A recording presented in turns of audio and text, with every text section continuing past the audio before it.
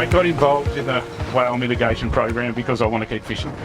This is not something that we would want to dive into, but if necessity says that we need to get growths out of the water, then we'd like to know what can work and know what can't work. The system essentially gets clipped onto the trap and sinks to the bottom of the ocean with no vertical rope coming up to the surface.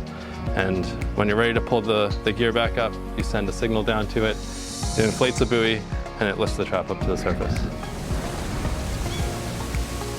We go to sea and you don't get 2 days in a row that are the same. So you have different things, the weather, the fish, the traps, the currents, whatever the boat. At the end of it, we just got to work out whether we've got a system there that we can do something with and then progress it a bit further.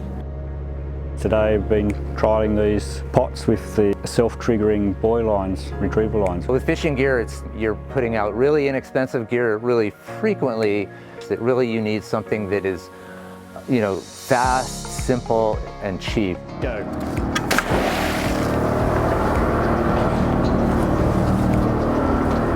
So what we're going to do, use the trap timer app.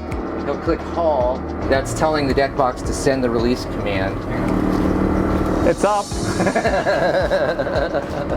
Success. Well done.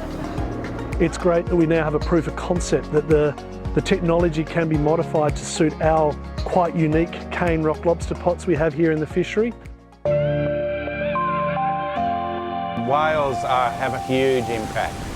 I've had times before we started using the whale rope when I've had all my gear cut off. Nothing entangled with the whale, but it meant that I've had to spend the whole day grappling gear back. The whale rope works because it lays on the bottom. So when the whales go down into the water column, they don't get entangled. We do have a problem still with being able to pull the whale rope and have something that can actually pull it and not wear out. I haven't been hooked up yet. So far it's clean slate. We don't want to catch these whales. We don't want our gear to be dragged up the coast. We don't want to see the floats on the traps, and we don't want all these things that are happening, but we're trying to do what we can to stop it. If the issue becomes such a big thing that they start saying, well, we're going to close the fishery down for 2 or 3 months, say for instance we couldn't trap in this time of the year, that will cost us a lot. So by doing these sort of things, trialling this sort of work, hopefully we can stay away from that sort of thing from happening. While you know that what you're trying isn't going to be the perfect solution, but until you actually start doing it, get some results, get some trials, compare it with other fishermen doing the similar sort of thing, so you can bounce ideas off them and you develop it and refine it, and then hopefully someday, somewhere in the future, we'll have a system that is good for the fishermen, good for the industry, and good for the whales.